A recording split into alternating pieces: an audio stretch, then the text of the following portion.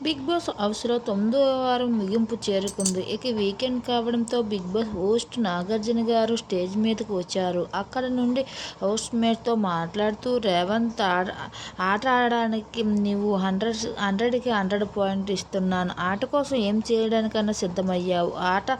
ఆటలో ఎన్ని దెబ్బలు తగిలినా సరే తట్టుకొని నిలబడ్డావు అంటూ పొగడ్తల్లో ముంచేస్తూ వచ్చాడు.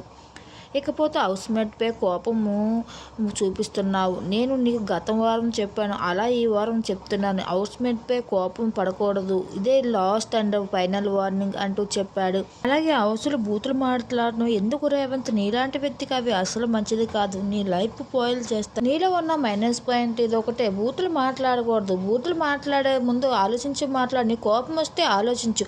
నువ్వు రోహిత్‌ని కూడా నీ అబ్బా అని తిట్టావు. అలా తిట్టడం మంచిది కాదు. ముందు ఏం జరిగిందని తెలుసుకొని అప్పుడు కోపపడగలగాలి కానీ ఇష్టం వచ్చినట్లు ఎలా మాట్లాడతావు అంటూ గట్టిగా ఇచ్చేసుకుంటూ వచ్చాడు నాగార్జున.